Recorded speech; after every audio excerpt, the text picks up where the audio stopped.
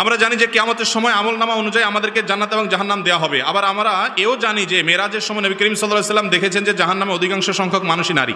এখন প্রশ্ন হচ্ছে যে এই মুহূর্তে যারা কবরবাসী আছেন তারা কি জান্নাত কিংবা জাহান্নামে রয়েছেন? বিষয়টি বুঝিয়ে বললে উপকৃত হব। দেখেন, মেরাজে আমাদের নবী করিম সাল্লাল্লাহু আলাইহি ওয়াসাল্লামকে আল্লাহ তাআলা অনেক কিছু দেখিয়েছেন, তিনি অনেক কিছু দেখেছেন। জাহান্নামের অনেকগুলো দৃশ্য দেখেছেন। সুদখোরকে কিভাবে শাস্তি দেওয়া হচ্ছে, একজনকে শাস্তি দেওয়া হচ্ছে, তিনি সে দৃশ্য দেখেছেন। দেখে জিজ্ঞাসা করেছেন জিবরিলকে, তাকে কেনই শাস্তি দেওয়া হচ্ছে? বলা হয়েছে অমুক অপরাধের কারণে। এরকম বিভিন্ন লোকের শাস্তির দৃশ্য দেখেছেন।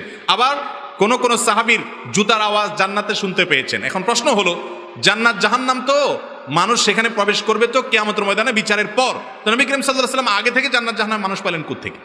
প্রশ্নটা বুঝতে পারছেন?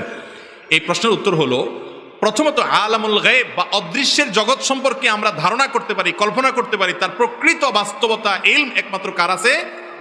ইমান বিল গায়েবের দাবি এটা যে গায়েব সম্পর্কে যদি বিস্তারিত কোনো বিশদ বর্ণনা না থাকে তাহলে সেক্ষেত্রে যেটুকু বর্ণনা আছে ওইটুকুর ধরন এবং কাইফিয়ত অবশ্যই কোনো না কোনোটা আছে আল্লাহর উপর সেটাকে ন্যস্ত করা।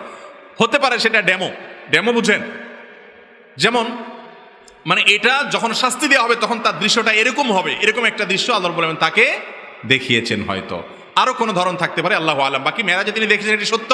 আবার এটাও সত্য যে মানুষ জান্নাত জাহান্নামে যাবে হলো কখন? বিচার দিবসে ফয়সালার পরে, তার আগে না।